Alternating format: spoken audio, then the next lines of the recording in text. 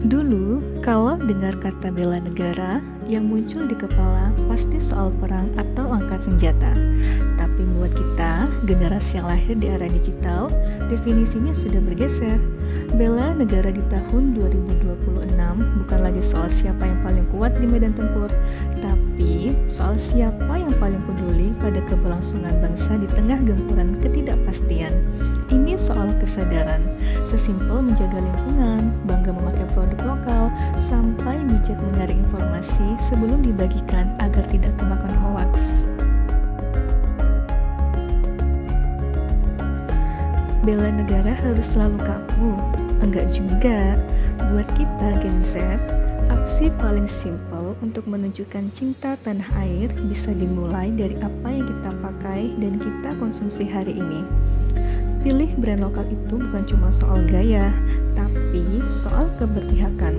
Setiap rupiah yang kita belanjakan untuk produk dalam negeri adalah suntikan energi untuk UMKM dan ekonomi bangsa agar tetap mandiri. Sebagai ASN, kita punya tugas untuk menjaga kedaulatan, dan kedaulatan ekonomi dimulai dari kebanggaan kita sendiri. Kualitas produk lokal kita sekarang sudah menyala, enggak kalah saing sama brand luar. Cinta tanah air itu bukan cuma di lisan, tapi di tindakan.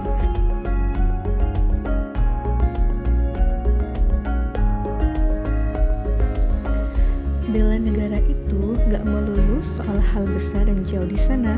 Kadang bentuk paling nyata dari sadar berbangsa justru ada di dalam dompet dan persiapan kita sebelum jalan. Taat bayar pajak tepat waktu, itu bukti kita peduli sama pembangunan negeri.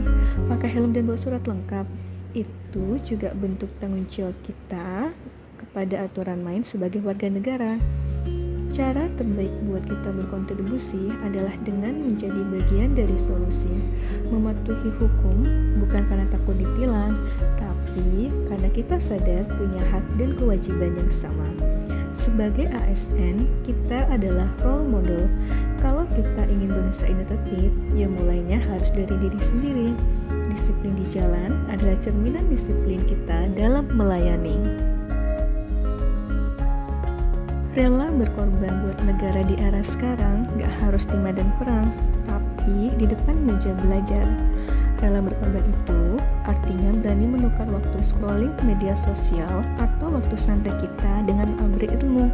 Apapun sumbernya, dari YouTube, jurnal, webinar, sampai diskusi bareng dengan mentor. Kenapa sih harus capek-capek belajar lagi? Karena sebagai ASN, kita nggak boleh jalan di tempat. Rakyat butuh solusi yang cepat dan cerdas. Dan itu cuma bisa datang dari diri kita yang terus relevan.